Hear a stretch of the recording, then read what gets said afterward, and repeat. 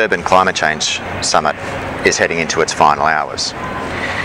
In the negotiating halls, it feels a bit like you're in the eye of a cyclone. People are calm, getting on with the business of trying to negotiate the details of the deal.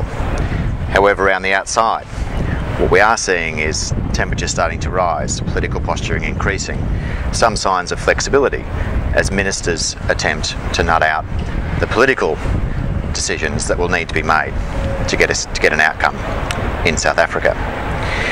We've seen some interesting movement in the political blocs at the meeting. For example, over the last few days, we've seen the European Union lining up with countries from the small island states, from Africa, from Asia, those countries that are most vulnerable to the impacts of climate change, in an attempt to put pressure on the US, China, India and Brazil to take on new legally binding commitments. We're also getting mixed signals from those major emitters. The US is under increasing public and diplomatic pressure to show flexibility at the meeting. Just recently, Brazil has signalled that it's prepared to take on legally binding commitments in the context of a broader deal.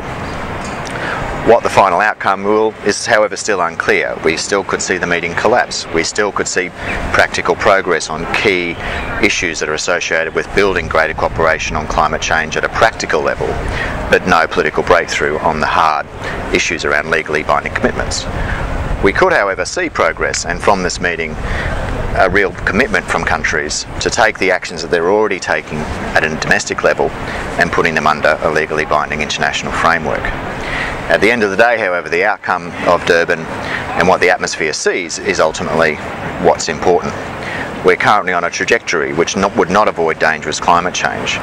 So what we need to see in Durban, regardless of whether we get a deal on the political issues around legally binding commitments or not, is a clear commitment from countries and processes that are put in place that allow countries to build on the domestic actions that they're taking that are driving billions of dollars of clean energy investment around the world, ratchet them up to ensure we get to the kinds of actions that we need that will avoid dangerous climate change.